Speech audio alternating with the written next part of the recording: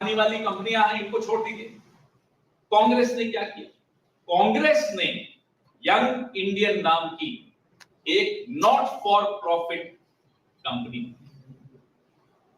Not for profit, जो आज section 8 की कंपनी होती है 2013 के एक्ट के हिसाब से, और 1956 के एक्ट के हिसाब से सेक्शन 25 की कंपनी, जिसमें लाभ नहीं होता, जिसमें कोई तनख्वाहें नहीं दी जाती, कोई डायरेक्टर, कोई शेयर होल्डर, कुछ ऐसा नहीं उसको कि कोई डिविडेंड मिल जाएगा या कुछ पैसा मिल जाएगा, प्रॉपर्टी का रेंट नहीं मिल सकता, 1 रुपया यंग इंडियन को लाभ नहीं मिल सकता, क्योंकि वो नॉट फॉर प्रॉफिट कंपनी है।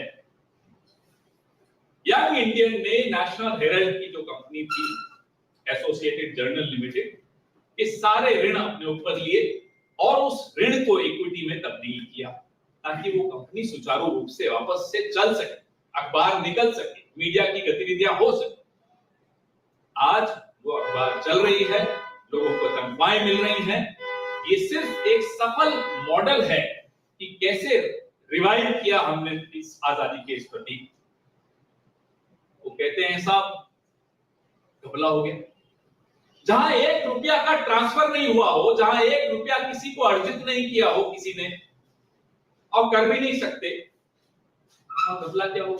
6 प्रॉपर्टीज हैं नेशनल हेराल्ड, उसमें से 5 लीज होल्ड है। वो अलॉटमेंट इसी शर्त पर हुई थी कि आप इसमें सिर्फ न्यूज़पेपर चलाएंगे, मीडिया की गतिविधि करेंगे, वो बेच नहीं सकते हो। घपला कहां हुआ? और जो 6ठी प्रॉपर्टी है लखनऊ वाली, क्या वो बेची? नहीं, वो फ्री होल्ड, क्योंकि वो अलॉटेड नहीं थी, वो खरीदी गई, अर्जित की गई। नेहरू जी ने यहां तक कहा था कि भले आनंद भवन बिक जाए, मैं नेशनल हेराल्ड बंद नहीं होने दूंगा। ये श्रद्धा थी, ये निष्ठा थी, ये कमिटमेंट थी आजादी के इस आंदोलन की माउथपीस। आप चलाइए ना 5 जननी और ऑर्गेनाइजर, और बांटिए ना देश को, जैसा आप चला रहे हैं, जैसा आप बांट रहे हैं देश, मंदिर मस्जिद के नाम पर। आप करोड़ों रुपए की विज्ञापन सरकार के 5 जन्य को देते हो, ऑर्गेनाइजर को देते हो। हमने कहा क्या कि घपला है? आप अपना काम करिए, लेकिन नरेंद्र मोदी ट्रंप से जितना डरते हैं, उतना ही, उससे भी ज्यादा तथ्यों से डरते हैं, फैक्ट्स से डरते हैं। ये फैक्ट्स आपके सामने रखना जरूरी है। 1 साल अगर 9 अप्रैल तक चार्जशीट ये दायर नहीं करते एनफोर्समेंट डायरेक्टरेट, तो ये केस खत्म हो जाता। तो ठीक 365वें दिन इन्होंने चार्जशीट दर्ज की। हमें नहीं मालूम वो चार्जशीट में क्या, आज तक सार्वजनिक नहीं हुई, हमें नहीं मालूम, सिर्फ आप लोगों से मालूम पड़ा कि एक चार्जशीट आई। क्या है उस चार्जशीट में, हमें नहीं। अगर आपके पास इतना कोई ठोस सबूत होता तो आप 365 दिन इंतजार नहीं करते, आप तो तुरंत परेड करवा देते हमारे नेता। जब रुचि सोया में घपला नहीं मानते, वोडाफोन में घपला नहीं मानते, state bank of India yes bank को इसी तरीके से टेक ओवर करता है, वो गलत नहीं है, क्योंकि ये सब तरीका है, ये कानूनी तरीका है। डेट को इक्विटी में कन्वर्ट करके किसी दिवालिया कंपनी को बचाना और उसको रिवाइव करके फिर चलाना। ये एनसीएलटी में तमाम केसेस जो आप चल रहे हैं वो ऐसे ही होते हैं। तो हमने तो एक नॉट फॉर प्रॉफिट कंपनी के माध्यम से नेशनल हेराल्ड को जीवित किया, पुनर्जीवित किया, और आज चल रही। इन्हें घबराहट किस बात? हमारा सवाल ये, आप ईडी के माध्यम से जो कर रहे हैं, महाराष्ट्र के लोगों से, मुंबई के लोगों से कुछ छिपा नहीं हुआ। यहां से थोड़ा ही दूर, जहां बेचारे हमारे आपके क्या नाम है, देवेंद्र फडणवीस जी बैठते हैं, बगल में उनके एक ऐसा आदमी बैठता है, उनकी कुर्सी पे नजर डालते हुए, जिसपे कुछ साल पहले 70,000 करोड़ के घपले का, घोटाले का आरोप यही ईडी और यही नरेंद्र मोदी लगाते। आज बैठे हैं फडणवीस जी के लेफ्ट में वित्त मंत्री, जिसको कहा कि भाई ये बिल्ली खतरनाक है, दूध जाती है, उसको दूध की रखवाली में बैठा। तो ईडी पर तो कोई भरोसा किसी को रहा। ईडी सिर्फ और सिर्फ एक वसूली गैंग बन गया है नरेंद्र मोदी और अमित शाह। अब इस वसूली गैंग के नोटिस से तो हम डरने नहीं वाले। आप चार्जशीट करो, अभी वर्षाताई बता रही थी मारपीट भी होती है यहाँ तो कांग्रेस के वर्कर्स के साथ। आप चार्जशीट करो, मारपीट करो, कुछ भी करो, कांग्रेसियों को आप अभी जानते नहीं। हम शांत रहते हैं, लेकिन शांत रहते रहते भी अड़े रहते, पीछे नहीं, झुकते नहीं। क्यों? क्योंकि सच हमारे साथ है, संविधान की ताकत हमारे साथ है और हमारी विरासत हमारे साथ। इसलिए नेशनल हेराल्ड पर जब भी आपको कोई व्हाट्सएप आए या प्रधानमंत्री कार्यालय से कुछ लीक्स आए, समझ लीजिएगा कि आजादी के एक और प्रतीक पर ये हमला बोल रहे हैं। उससे कम कुछ नहीं और उससे ज्यादा कुछ नहीं। आपके सवाल। जिस तरीके से नेशनल हेराल्ड की बात आपने कही, राहुल गांधी जी ने जो विदेश में कहा कि महाराष्ट्र में अचानक 2-3 घंटे में 40-50 लाख वोटर्स बढ़ गए और पूरे चुनाव सिस्टम और चुनाव व्यवस्था को बताया कि देश में कहीं न कहीं घपलेबाजी चल रही है, उस पर बीजेपी की अलग अलग नेता रिएक्शन कर रहे हैं कि जमीन खो चुके हैं, कई बार हार चुके हैं चुनाव, इसलिए वो शायद बहुत अच्छा सवाल पूछा। देशद्रोही भी कह रहे हैं राहुल गांधी, वो शब्द भी है। अजीब सी बात है, चुनाव के दौरान जब भाजपा से हम सवाल पूछते थे, चुनाव आयोग भाजपा की रक्षा करने आया। अब राहुल गांधी चुनाव आयोग पे सवाल उठा रहे हैं, रक्षा में कौन आया? भाजपा। ये रिश्ता क्या है? क्यों देवेंद्र फडणवीस को स्टेटमेंट देना पड़ रहा है? और हमें एक बात बताइए कि 5:30 बजे के बाद 5 बजे के बाद 10% 12% वोटिंग क्या संभव है? Is it humanly possible? 10-12 lakh लोग 1 घंटे में वोट दे रहे हैं, संभव है? तो अगर हम सवाल पूछ रहे हैं, अगर हम वोटर्स लिस्ट मांग रहे हैं, तो क्या अपराध कर दिया हमने? दीजिए ना, हमें, ये हमारा है भाई और आपका कर्तव्य हमें देना। क्यों नहीं दे रहे? एक बिल्डिंग में 7,000 वोट है, सारे मध्य प्रदेश के एक डिस्ट्रिक्ट से हैं। क्या ये गलत सवाल है? लोकतंत्र में सवाल सबसे बड़ा हथियार होता है विपक्ष का और मीडिया के हाथ में। और आप जवाब नहीं दें, उल्टा सवाल पूछने वाले को देशद्रोही कहें, तो आपसे बड़ा देशद्रोही और कौन हो सकता है? मैं नरेंद्र मोदी को कह रहा हूं, मैं देवेंद्र फडणवीस को कह रहा हूं, मैं भारतीय जनता पार्टी को बोल रहा हूं, दीजिए ना जवाब। और अगर चुनाव आयोग पर आपका पहरा नहीं है, आपने उनकी लीश अपने हाथ में नहीं ले रखी है, तो उनको जवाब देने दीजिए। वोटर्स लिस्ट हमें देने दीजिए। हम तो वोटर्स लिस्ट मांग रहे हैं, पिछले 8 महीने से मांग रहे हैं, क्यों नहीं मिल रही हमें वोटर्स लिस्ट? उनका एक जो सवाल है कि विदेशों में जाकर कांग्रेस पार्टी देश के संस्थाओं को बदनाम कर रही है। नरेंद्र मोदी विदेश में जाकर कहते हैं कि घर में शादी है, पैसा नहीं, और हंसते हैं। फिर कहते हैं कि दुर्भाग्य था, लोग मानते हैं कि दुर्भाग्य होता है हिंदुस्तान में पैदा होना, विदेश में ही जाकर कहते हैं। आज की तारीख में, इस जमाने में, इस दौर में, जब सबके हाथ में मोबाइल और इंटरनेट है, कहां क्या बोला मायने नहीं रखता। आज मैं यहां जो बोल रहा हूं वो कनाडा, अमेरिका, ऑस्ट्रेलिया कहीं भी सुनाया जा सकता। तो विदेश में जाकर बोलने की परंपरा तो नरेंद्र मोदी से हम सीख रहे हैं। क्या गलत है बताइए? सर, मुंबई महाराष्ट्र में हिंदी बनाम मराठी जो है, उसको लेकर बहुत विवाद सामने आ रहे हैं। कैसे देखते हैं कांग्रेस की? डिबेट्स चलती रहनी चाहिए।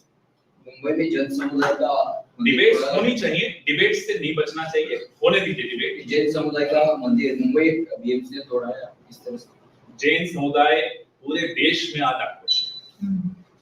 जो मुंबई की घटना हुई वो सिर्फ मुंबई की नहीं है, विश्व भर से लोग हैरान हैं। ना केवल जैन समुदाय का इधर मुंबई में हुआ है, इससे पहले जैन समुदाय का गिरनार का आपको मालूम है क्या हुआ? उससे पहले और भी कई जगह जैन समुदाय पर जो अत्याचार इस सरकार के दौरान हुए हैं, भारतीय जनता पार्टी वो केंद्र में हो या अलग अलग राज्यों में हो, वो छिपा नहीं। कल ईसाइयों का एक त्योहार था, ईस्टर। ईस्टर संडे के दिन अहमदाबाद के पास एक चर्च में हुड़दंगी घुस गई। अरे साहब, उनका त्योहार है, उनकी चर्च में मनाने दीजिए उनको।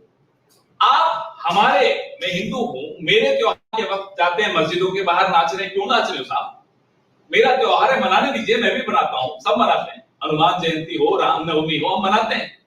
लेकिन किसी और के पूजा घर के बाहर नाच कर थोड़े मनाएंगे। और किसी और का त्योहार हो तो उसके पूजा घर में घुस के हुड़दंग मचाते। हिंदू धर्म के ठेकेदार बनते हो या हिंदू धर्म को बदनाम करने का ठेका ले रखा है? मेरे धर्म को आप बदनाम करने वाले कौन होते हो? मुसलमान, जैन, ईसाई, सिख, किसानों ने आंदोलन किया, हमारे भाई बैठे करण सापरा जी, ज्यादा सिख थे उसमें। अरे साहब ये तो खालिस्तानी है, ये देशद्रोही है। आपने पूछा ना देशद्रोही, ये शब्द इनका बड़ा प्रिय शब्द। तो कोई भी कौम इनको पसंद नहीं, मुस्लिम हो, ईसाई हो, जैन हो, सिख हो, बौद्ध हो, सबके खिलाफ षड्यंत्र रचना, सबके पूजा घरों में जाकर अपमान करना, ये न मेरा संविधान अनुमति देता है, न मेरा धर्म अनुमति। पवन जी, ऐसे समय में हिंदी को अनिवार्य करना कितना उचित है जब राज्य में दो भाषाएं ऑलरेडी हैं? कहा यह जा रहा है कि मराठी की जो अस्मिता है, उसके जो कल्चर है, कहीं ना कहीं उसके साथ छेड़छाड़। मैं महाराष्ट्र का नहीं, मैं कोई जवाब दूं और किसी की भावनाओं को आहत करूं, ये अधिकार मैं अपने आप को नहीं देता, इसलिए मैं इस पे भाषा को थोपना किसी ऐसे राज्य में जहां पर अभिजात भाषा का, जैसा मैंने कहा, जैसा आप कह रहे हैं भाषा को थोपना, मैं अपना उत्तर भी किसी पर क्यों थोपूं? क्योंकि मैं बाहर का, मैं इन भावनाओं को शायद इतना अच्छी तरह नहीं समझ पाऊंगा जितना वर्षा का ही समझ पाएंगी। तो मैं इस पर जवाब दूं और किसी हर्ट करूं, मैं कोई 2014 से हम देख रहे हैं कि नेशनल हेराल्ड केस को लेकर किस प्रकार से कांग्रेस और कांग्रेस के नेताओं को घेरा जा रहा है, आप अभी देख रहे हैं क्या? तो ऐसे में सवाल ये है कि इलेक्टोरल बॉन्ड के माध्यम से जो क्विड प्रो क्वो का मामला सामने आया था कि जिन कंपनियों ने हेवी पेमेंट किया था इलेक्टोरल बॉन्ड के माध्यम से पॉलिटिकल पार्टीज जो सत्ता में है और उनको कुछ कॉन्ट्रैक्ट्स दिए गए थे, ऐसा आपका क्या? तो क्या इसे भूल गई है या कांग्रेस इसको सामने नहीं लाना चाहती? हम तो लगातार बोलते आए, इलेक्टोरल बॉन्ड पे जितना ज्यादा कांग्रेस पार्टी ने बोला, मुझे नहीं लगता किसी और ने बोला हो। लेकिन जब इलेक्शन कमीशन इनकी अनुमति के बगैर हमें एक लिस्ट नहीं दे पाए, ऐसे में सिर्फ बोल नहीं सकते, संसद में भी बोले, बाहर भी बोले, लगातार बोल रहे हैं। वक्त आइए, जांच भी होगी। और नरेंद्र मोदी और अमित शाह हार से क्यों डरते हैं? इसीलिए डरते हैं, इन्हें मालूम है ये एक दिन भी हारने के बाद जेल से बाहर नहीं रह सकते। ये इलेक्टोरल बॉन्ड हो, पीएम केयर फंड हो, जितने तमाम पोर्ट, एयरपोर्ट, खदान, पावर, डिफेंस, जो इन्होंने किया है वो सबके सामने आएगा, लाया जाएगा। हम 300 पार जब आप हो गए थे तब नहीं डरे आपसे, तो अब तो आप 240 पे हो। 26/11 को लेकर सवाल है कि भाजपा के नेता माधव भंडारी है, उनका कहना है कि 26/11 का ये जो पूरा वाकया हुआ उसमें कहीं ना कहीं कांग्रेस और एनसीपी का इन्वॉल्व। ऐसे आदमी को पहले गिरफ्तार कर उससे पूछताछ करनी चाहिए, तुम्हें क्या मालूम किस से मिले हो? ऐसे आदमी का कोई जवाब देना बनता है। कौन सा चुनाव के बाद से ही लगातार विपक्ष मोदी 3.4 को लेकर हमलावर है। आज बीजेपी द्वारा एक वीडियो पोस्ट किया गया जिसमें वो अपनी उपलब्धियां गिनाते हैं और वीडियो के अंत में लिखा जाता है यूसीसी अपलोडिंग। आप इसे कैसे देखते हैं? पिछले 11 साल से कोई एक ऐसा मुद्दा बताइए जो इन्होंने उठाया हो जिससे देश को जोड़ सके। सिर्फ और सिर्फ विवाद, सिर्फ और सिर्फ झगड़ा, सिर्फ और सिर्फ लड़ाई। समाज में कैसे रेवनेंस से पैदा हो, कैसे मैं सिखों के खिलाफ हूं या ईसाइयों के खिलाफ हूं या मुसलमानों के खिलाफ हूं, या इस तरह से देश चलता है। ये 3.0 नहीं है, अब ये 0 है और 0 पे जाने वाला है। क्या आप यूसीसी को डिवाइडिंग बिल मानते हैं? अरे साहब, आप बिना चर्चा के, आपको मैं उदाहरण देता हूं, किसानों के लिए साहब 3 कानून ले आए, इनका भला करना है। किसानों ने कहा भाई हमसे पूछ तो लेते, हमारा भला हम चाहते भी हैं आपसे, इस माध्यम से या नहीं। अग्निवीर ले आए, बोले जवानों का भला करना। पूछ तो लेते। बिना चर्चा, बिना पूछे, बिना कुछ किए वक्फ कानून, वक्फ बोर्ड का आया अमेंडमेंट। बोले साहब भला करना, किसका भला करना है? जिसका भला करना है उससे तो पूछ लो भाई। तो ये सिर्फ और सिर्फ समाज को कैसे बांटना है, आपके और मेरे ध्यान को कैसे बटाना है, महंगाई से, बेरोजगारी से, महिला सुरक्षा से, जो हालत है देश की, जो बॉर्डर्स पे हालत है देश की, उन सब से हमारा ध्यान कैसे हटाना। किरण जी, एमपी के मुख्यमंत्री मोहन यादव कांग्रेस को सजेशन दे रहे हैं। वो कह रहे हैं कि कांग्रेस के लोगों को अपने नेता को कंट्रोल करना चाहिए, जिस तरह के बयान राहुल गांधी दे रहे हैं उस पर। देखो, नरेंद्र मोदी जिस पार्टी के नेता हो, वो सोचते हैं कि हमारी पार्टी भी वो चलाएंगे, हर पार्टी को कंट्रोल वो करेंगे। लोकतंत्र है, हमारा नेता अगर सवाल उठा रहा है तो हिम्मत से जवाब दीजिए। हम तो सवाल पूछेंगे, हमारा नेता सवाल पूछेगा। और अब हम चुनौती फिर से दे रहे हैं, नरेंद्र मोदी जी एक प्रेस कॉन्फ्रेंस कर दीजिए। क्यों डर? अभी जो है, जब बीजेपी अलग अलग नेशनल हेराल्ड को लेकर के वीडियोस डाल रही है, उसमें कई जगहों पर बीजेपी ने अपने ट्विटर हैंडल से डाला कि 2000 करोड़ रुपए की काली कमाई और जिस तरीके से ब्लैक एंड व्हाइट करने के चक्कर आप बताता हूँ, 5000 करोड़ इन्होंने कहा कि साहब हमारी नेशनल हेराल्ड की प्रॉपर्टीज की कीमत है। अपने ही इनकम टैक्स डिपार्टमेंट की रिपोर्ट देख लेते 413 करोड़। और वो भी मैंने आपको जैसा बताया, 6 प्रॉपर्टीज में से 5 तो ऐसी हैं जो हम बेच भी नहीं सकते। तो कहां से 2000, कहां से 6000, कभी 6000 बोलेंगे, कभी 2000 बोलेंगे, कभी 4000 बोलेंगे। झूठ तो एक सिस्टम से बोलिए, एक फिगर तो बोल देते, अपने ही इनकम टैक्स डिपार्टमेंट से तो पूछ लेते। पवन जी, जिस तरीके से निशिकांत दुबे बयानबाजी करते हैं, कभी सुप्रीम कोर्ट को लेकर टिप्पणी करते हैं, कभी कहते हैं जब कुरैशी साहब आयुक्त थे उनके समय में पेट्रो द्वारा बड़े पैमाने पर फर्जी तरीके से वोटिंग कार्ड बनाया गया, और किस प्रकार से देखते हैं निशिकांत दुबे तो जो बोल रहे हैं ये एक कार्यक्रम पिछले 10 साल से आ रहा है, हर महीने आता है, सुना मन की बात। ये नरेंद्र मोदी के मन की बात। उस पार्टी में बिना नरेंद्र मोदी की अनुमति के कोई सांसद, वर्षाताई सांसद है, ये जानती सबको, निशिकांत को भी सबको, कोई सांसद एक शब्द भी निकाल नहीं सकता। हम तो ये मानते हैं, चलो मान लेते हैं कि निशिकांत ने अपनी तरफ से बोली, तो प्रधानमंत्री जी आप बहुत कमजोर हो चुके हो। अब आपकी पकड़ जो है पार्टी और सरकार पे खत्म हो।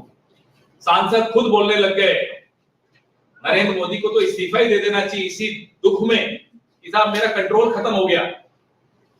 ये बोल रहे थे ना मोहन, कंट्रोल करते हैं, अपने सांसदों को नहीं कंट्रोल कर पा रहे आप, चले हमारी पार्टी के नेता कंट्रोल कर ले।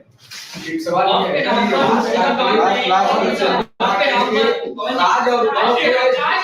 राज और उद्धव ठाकरे के एक साथ आने का, यहाँ के बारे में ज्यादा मैं जानकारी वर्षाताई देती नहीं है, पता नहीं क्यों।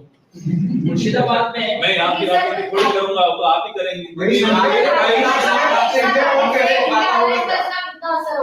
कांग्रेस को फायदा होगा अब इसका जवाब वर्षा है मुझे। सर, बंगाल में इस तरीके की हिंसा हुई थी मुर्शिदाबाद में, सीएम है ममता बनर्जी, वो अलग अलग विजिट्स कर रहे थे, लेकिन अब तक मुर्शिदाबाद पहुंची नहीं।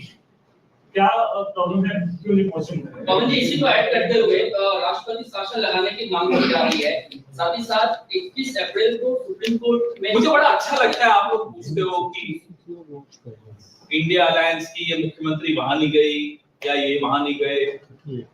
देश का प्रधानमंत्री मन तो गया, 2 साल होने वाले हैं, 2 साल। सुना कल सऊदी अरेबिया जा रहे हैं, अमेरिका बिना बुलाए चले गए थे, कुछ साल पहले नवाज शरीफ का जन्मदिन मनाने बिना बुलाए चले गए थे। पूरा विश्व घूम लेंगे, मणिपुर नहीं जाएंगे। मुझे बड़ी खुशी होगी जब आप किसी दिन, वैसे आपकी गलती नहीं है, आप तो पूछ भी लोगे लोगों, वो बैठने वाला यहाँ सवाल लेगा नहीं। जिस दिन नरेंद्र मोदी प्रेस कॉन्फ्रेंस करे, मैं आपसे हाथ जोड़कर गुजारिश करता हूं, जरूर पूछेगा साहब मणिपुर कब जाए। हमने तो टिकट, एयर टिकट भी लेकर देने को कहा, हो सकता है कि नहीं मिल रहा होगा, कुछ होगा। अडानी जी ने मना कर दिया होगा कि वहां की एड नहीं दूंगा। हमने कहा हम दे देंगे, जाइए, नहीं माना। पवन जी, चूंकि आप यहाँ पर आए हैं, एक लास्ट सवाल बिहार चुनाव को लेकर है। महागठबंधन में अब तक आप लोग तेजस्वी को चेहरा क्यों नहीं घोषित कर पा रहे हैं, क्या वजह है इसके पीछे? अरे साहब, अभी चर्चा शुरू हो रही है, अभी मीटिंग हुई, एक बात बड़ी अच्छी लगी। थोड़े दिन पहले अमित शाह ने कहा बिहार का चुनाव नीतीश कुमार की अगुवाई में लड़ा जाए। नीतीश कुमार जी समझदार हैं, अगर इशारा समझ गए और नहीं समझे तो उनको बोले एकनाथ शिंदे से फोन कर। एकनाथ शिंदे के लिए भी यही कहा था, महाराष्ट्र का चुनाव एकनाथ शिंदे की अगुवाई में लड़ा जाए। आज तक वो समझ नहीं पाए कि मेरी अगुवाई में लड़ा हुआ क्या। तो इसलिए सवाल पूछिए वहां। धन्यवाद।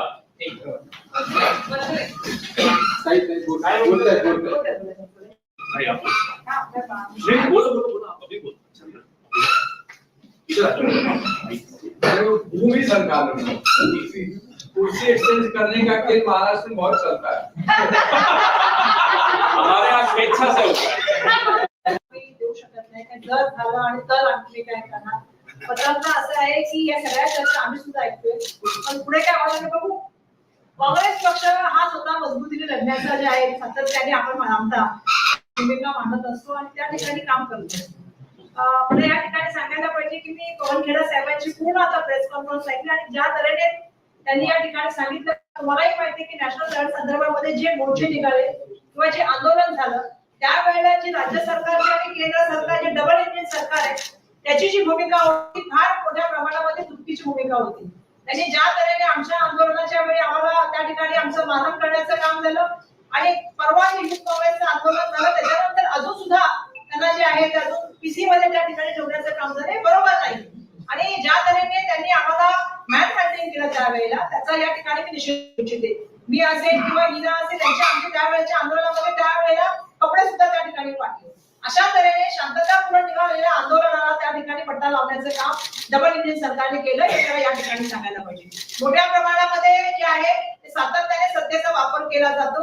आता मला माहिती आहे की एक जण जाऊन सकाळी भेटतो राज ठाकरे साहेबांना, दुसरा जण जाऊन संध्याकाळी राज ठाकरे साहेबांना भेटतो आणि दोघांच्या भूमिका ऐकून तिसरी भूमिका ते जाहीर करतात. त्यामुळे त्यांच्या भूमिकेबद्दल मी कधीच टिप्पणी करत नाही, कारण त्यांची भूमिका काय असते याबद्दल महाराष्ट्र सुद्धा नेहमी सम्राट असतो. कधी सांगणार आम्ही बीजेपीच्या विरोधात उमेदवार उभा करणार नाही, कधी सांगतात आम्ही बीजेपीच्या विरुद्ध महाराष्ट्रामध्ये सगळ्या संपूर्ण इलेक्शन लढणार, नंतर सांगतात की आम्ही इलेक्शन लढणार नाही. त्यामुळे त्यांच्याबद्दल न बोललेलं बरं. त्यांची सकाळी आणि संध्याकाळची भूमिका बदलत असते. सकाळी एका नेत्याला भेटल्या वेगळी भूमिका असते, संध्याकाळी एका नेत्याला भेटल्यानंतर दुसरी भूमिका असते. त्यामुळे त्यांच्याबद्दल न बोलता आम्ही इंडिया आघाडीच्या माध्यमातून आता खरं 3 वाजता सुद्धा एक प्रेस कॉन्फरन्स आहे तुम्हाला माहिती आहे जी आता थोड्या वेळात करणार प्रेस क्लब मध्ये. त्याच्यामध्ये उद्याच्या आंदोलन संदर्भात आम्ही प्रेस कॉन्फरन्स घेणार आहोत. पण तुम्ही मागासपासून एक मुद्दा साहेबांना मांडला जो मांडला की मराठी आणि हिंदी भाषेच्या संदर्भामध्ये. मैं आता मराठीत बोलू का हिंदीमध्ये बोलते?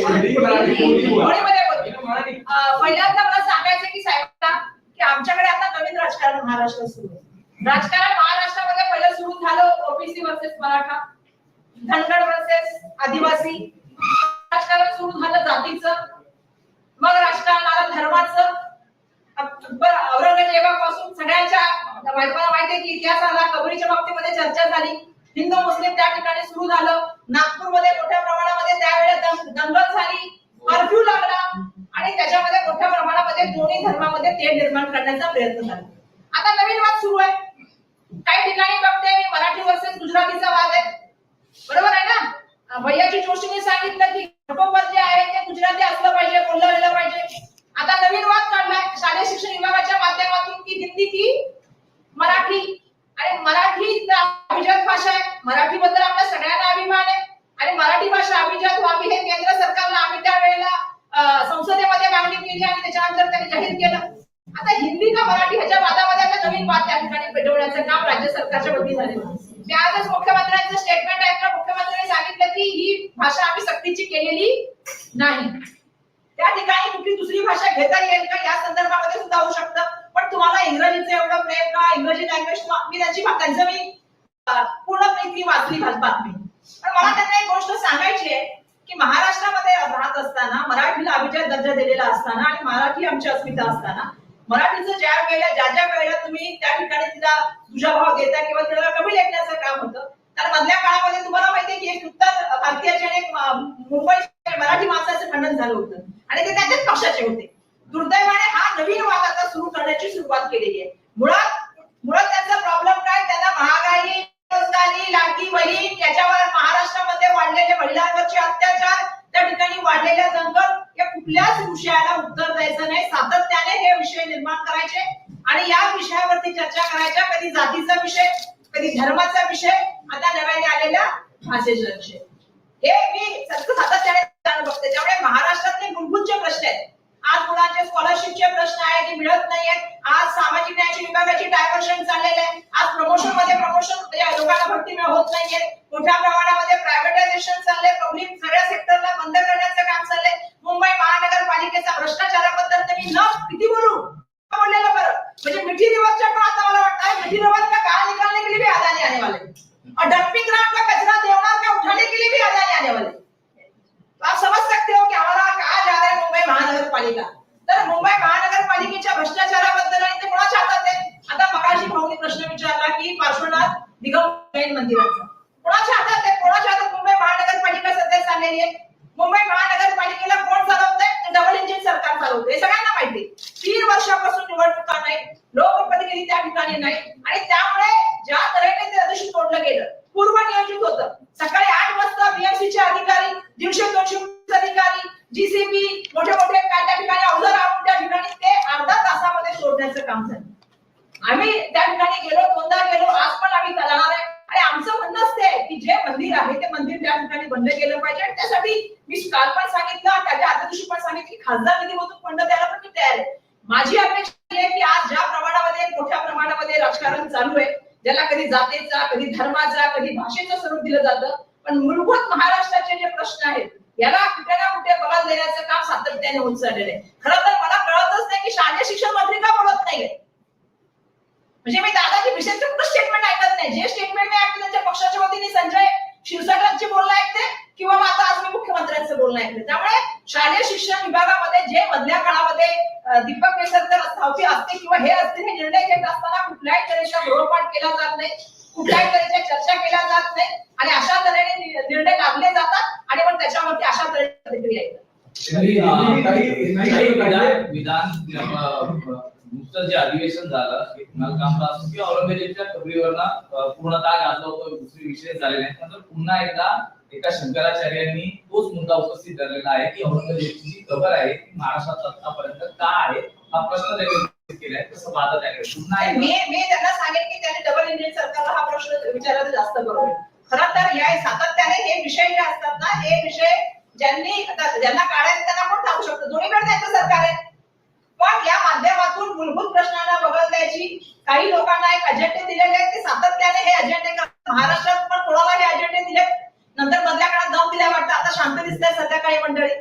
पण या माध्यमातून जे वातावरण कलुषित करण्याचा प्रयत्न चाललाय, ते एवढंच म्हणणे की मुंबईला किंवा महाराष्ट्रामध्ये आज तुम्ही बघा शालेय शिक्षण विषयाचा आपण उल्लेख करतोय, त्या शाळा सुद्धा आता अदानीला चालल्या. हो, चंद्रपूरची शाळा अदानीला, मुळात अदानींना एक जमीन दिली जाते, अदानींना एक त्या ठिकाणी मोठे प्रोजेक्ट दिले जातात, त्यांना शाळा दिली जाते, प्रोत्साहन दिलं जातं. सगळ्या विषयांना बघत द्यायची.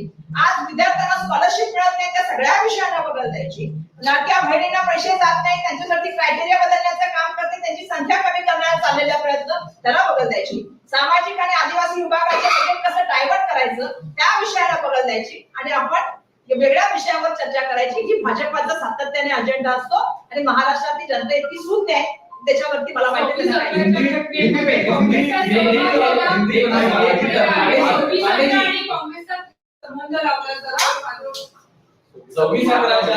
या संपूर्ण घटनेमागे काँग्रेस आणि राष्ट्रवादीचा हात असल्याचा आरोप माझा. मला वाटतं त्यांचं सरकार आता किती वर्ष आहे महाराष्ट्रामध्ये? 14 पासून. आणि गृहमंत्री कोण आहे? मला वाटतं की त्यांना याचा देवेंद्रजींवर त्यांचा विश्वास नाही आहे. माझं तर म्हणणं आहे की महाराष्ट्रामध्ये जी आज परिस्थिती चालू आहे की ज्या ज्या ठिकाणी वाद चालू आहे त्यांनी मागणी करायला पाहिजे होती की राष्ट्रपती राजवट लावा महाराष्ट्रामध्ये.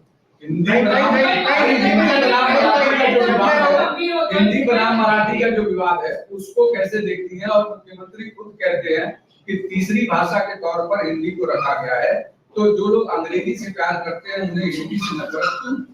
देखिए, सबसे पहली बात तो ये है कि मैंने अभी मराठी में वही बताया कि जब से आप देख रहे हैं महाराष्ट्र में 2014 से सरकार इनकी आई है, भाजपा की डबल इंजन सरकार ऊपर और नीचे आई है, तब से हम देख रहे हैं कभी शुरुआत में जात का विषय निकला, OBC versus Maratha, Dhangar versus Adivasi, आपको मालूम बहुत सारे सब बहुत सारी जात के ऊपर चला है ये मैटर कि हर जात के विरुद्ध में एक जात खड़ा करने का काम किया। फिर धर्म का बात चला, जैसे औरंगजेब की कब्र का बात चली, नागपुर में आपको मालूम है बड़े पैमाने पे दंगल हो गई, वहां पे कर्फ्यू लगा, उसके खिलाफ आंदोलन बहुत दिन तक चला। तो उस समय में भी हम यही कह रहे थे कभी जात के नाम पे कभी धर्म के नाम पे। अभी नया विवाद आया है भाषा के नाम पे। हमने देखा कि घटकोपर में कहा गया कि आप गुजराती बोलिए, भैया जोशी ने कहा कि घटकोपर में आए तो गुजराती तो आना चाहिए, आपको बोलना चाहिए, तो ये विवाद भी वापस शुरू हो गया। हम देख रहे हैं कि आपके घर में मांस खाया जाता है कि इस विवाद पे विवाद चल गया। अब नया विवाद भाषा के ऊपर आया, गुजराती वर्सेस मराठी तब करके हिंदी वर्सेस मराठी। हम तो कह रहे हैं कि मराठी भाषा जो है वो हमारी जो है वो अस्मिता है, हमारी भाषा है, हमारे को अभिजात दर्जा देने के लिए हमने संसद में उसके लिए प्रस्ताव रखा था और उसको अभिजात भाषा का दर्जा मिला है। और जितनी समृद्ध भाषा मराठी भाषा है, तो हमारा सबका कहना था कि अचानक ये विषय कहाँ से आ गया। और जिसके विभाग के बारे में चर्चा हो रही है, उस विभाग के मंत्री ने तो उसके ऊपर कोई स्टेटमेंट देख ही नहीं रहे उनकी तरफ से। एकनाथ शिंदे जी के विभाग के जो मिनिस्टर है, वहां से जो स्टेटमेंट आ रहा है वो संजय शिरसाट जी का है। वो संजय शिरसाट जी है, वो सामाजिक न्याय मंत्री है। मैंने आज मुख्यमंत्री महोदय देवेंद्र फडणवीस जी का स्टेटमेंट पढ़ा, जिसमें उन्होंने कहा कि कोई कंपलसरी नहीं है, मराठी भाषा है वही हमारी अभिजात भाषा है, वही हमारी बोली भाषा है, वही हमारी जो है माध्यम रहेगा सबके साथ भाषा का बात करने के लिए और सीखने के लिए। साथ साथ में इंग्लिश के लिए आपको ये क्यों है, जैसे सबको पता है कि इंग्लिश हमारी ग्लोबल लैंग्वेज है, हिंदी के प्रति किसी की कम या ज्यादा होने की बात नहीं है, लेकिन सवाल ऐसा है कि आप किसी पे जबरदस्ती नहीं कर सकते कोई भी निर्णय लेने से पहले। पहले भी आपने देखा होगा दीपक केसरकर जी थे, वो भी मिनिस्टर थे, या अभी दादाजी भूसे मिनिस्टर है। ये दोनों जो मिनिस्टर हैं जब भी कोई निर्णय लेते हैं उसका कोई विरोध पाठ नहीं करते। पहले आपको मालूम होगा पहले मिनिस्टर ने कहा कि किताब के पीछे आप लोग पढ़ने लगाएंगे, फिर कहा कि सेंट्रल माध्यम से ड्रेस का जो है परचेसिंग होगा, लेकिन आपको मालूम है 1-1.5 साल तक वो ड्रेस बच्चों तक पहुंच नहीं पाए। कुछ भी निर्णय लेते इन्होंने कहा कि अब सीबीएसई सिलेबस बनाएं। अरे आप बनाने से पहले आपको चर्चा करनी चाहिए, आपको एक्सपर्ट के साथ बैठना चाहिए। तो ये सब जो चीजें है, इसके बीच में मुझे एक चीज समझ में आई है कि कभी धर्म पे बात करो, कभी जाति पे बात करो, कभी भाषा पे बात करो, लेकिन जो मूलभूत मुद्दे हैं महाराष्ट्र के आज उनके ऊपर पकड़ करो। आज महाराष्ट्र में कायदा सुव्यवस्था की परिस्थिति क्या है मुझे बताइए। महिला अत्याचार में महाराष्ट्र जो है वो 1 नंबर पे है, बाल अत्याचार में जो लड़की और लड़कियां हैं उसमें 2 नंबर पे है। हम महाराष्ट्र जो है पहले क्या था, आज हमारी परिस्थितियां क्या है। आप बम्बई में देखिए सड़कों में आजकल गोलियां चल रही है। आज बड़े बड़े कॉन्ट्रैक्ट एक ही आदमी को जा रहे हैं। जो स्कूल एजुकेशन की बात हम कर रहे हैं, चंद्रपुर का स्कूल अदानी को दिया। यहाँ पे हम देख रहे हैं जमीन की जमीन अदानी को देने की बात हो रही है। जैसा मैंने थोड़ी देर पहले कहा कि मिट्टी रिवर पूछ रहे 1 महीने से, उसका गाँव मतलब उसका ये कौन निकालने वाला है कीचड़, उसका अभी तक जवाब नहीं आया। देवनाथ का कचरे के लिए भी नया टेंडर निकलने वाला है, अभी पत्रकारों को बोल रही हूँ। तो कौन किसको मिलने वाला है, रॉयल्टी तो छोड़िए, वो कचरा निकालने का भी टेंडर अदानी को मिलने वाला है। तो सड़क उनकी सब कुछ उनको जा रहा है। इस मुद्दे की बात करने के लिए क्यों नहीं आते? दुर्भाग्यवश इन सब मुद्दों को बाजू में। मैंने आज सुबह पढ़ा कि मुंबई के स्कूलों की अवस्था के ऊपर आज बड़ा एक आर्टिकल मैंने पढ़ा। मुंबई महानगर पालिका का बजट कितना है, कई देशों के बजट जितना बजट है, लेकिन दुर्भाग्यवश ये किसकी सरकार है मुंबई महानगर पालिका में, ये डबल इंजन सरकार चल रही है। 3 साल से इलेक्शन नहीं है। तो मूलभूत विषय पे बात कीजिए। आप मुंबई को हम सड़क की मुहिम किए, हम अस्पताल की मुहिम बोल रहे, हम जो है वहां के अलग चीजों की कर रहे। और इसीलिए मेरा इतना ही कहना है कि सभी लोगों को वो 3 बजे का प्रेस कॉन्फ्रेंस में लेंगे उनके साथ भिजवाने में। तो मैं आप सभी को ये विनती करूंगी कि 3 बजे हमारा एक प्रेस कॉन्फ्रेंस इंडिया अलायंस की तरफ से है जो प्रेस क्लब में होने वाला है, जिसमें आप जो कानून की बात करें, जन आंदोलन हम लोग करने वाले कल, उसके बाद हम वहां पे करेंगे। लेकिन मुझे इतना ही कहना है कि मुंबई की मूलभूत मुंबई को पानी नहीं मिल रहा है। टैंकर के बीच में आपको मालूम है कि बंद करने का निर्णय लिया, किसके कहने पे किया? ऊपर वाली सरकार के कहने के ऊपर। तो ये सब चीजें मूलभूत है, उसके ऊपर बात होनी चाहिए। तो गौतम अदानी को मराठी में भी अदानी कहेंगे और हिंदी में भी अदानी, ये मत भूलना। तो ये सब आपका ध्यान बटाया जा रहा है। ताकि अदानी को काम देते रहे। बस। जब भी आपसे बोले हिंदी या मराठी बोलना, अदानी को मराठी में क्या नहीं साहब आया